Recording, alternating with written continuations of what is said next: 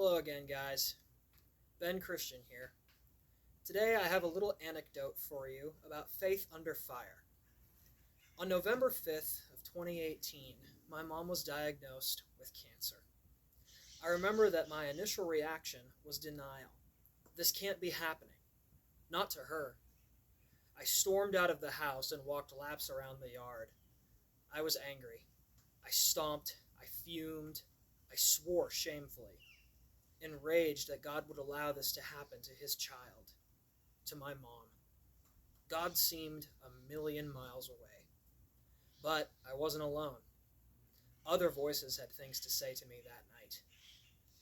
Things like, "See, he said he'd never leave you or forsake you. Now what do you think?" I came back in the house and my family was a mess. So I asked my dad, why? Why is this happening to her?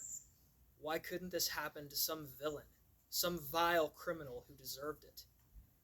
And I'll never forget what he said. Because out of everyone else, your mother will be the one who turns this tragedy into an opportunity to glorify God. She is in God's hands. We just have to trust him, no matter what. Granted, that was hard at first.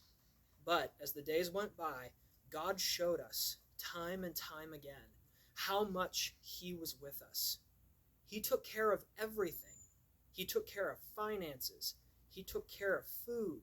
He took care of the support of our friends and family, the prayers from people we barely even knew. Then I realized the truth. Faith flourishes in the furnace. In the furnace of trials, we are forced to fall on our knees before God and beg for his help in protecting and providing for the ones we love. As my mom fought with cancer, she didn't fight alone. God gave her strength. God diminished or removed her pain, and eventually he removed the tumor altogether.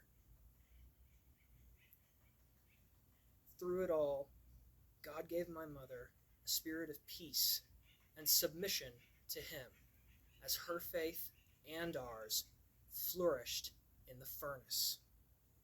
Jeremiah 17:14 expresses her heart in those days, and this day still, so well. "Heal me, O Lord, and I shall be healed. Save me, and I shall be saved. For you are my praise." This scripture is a declaration of faith. If you choose to save me, God, or even if you don't, I'll praise you anyway. In the furnace of trials, my family and I learned to have faith in God's healing might, no matter what happens, so that we can also agree with the words of Isaiah 41:10. "Fear not, for I am with you. Be not dismayed, for I am your God. I will strengthen you. I will help you. I will uphold you with my righteous right hand." In conclusion, faith flourishes in the furnace. In the furnace of trials, my family and I learned to trust in the healing might of God. And now we enjoy a greater closeness with him through having gone through cancer. While we wouldn't ask for trials as Christians, we shouldn't be surprised when tribulation comes our way either.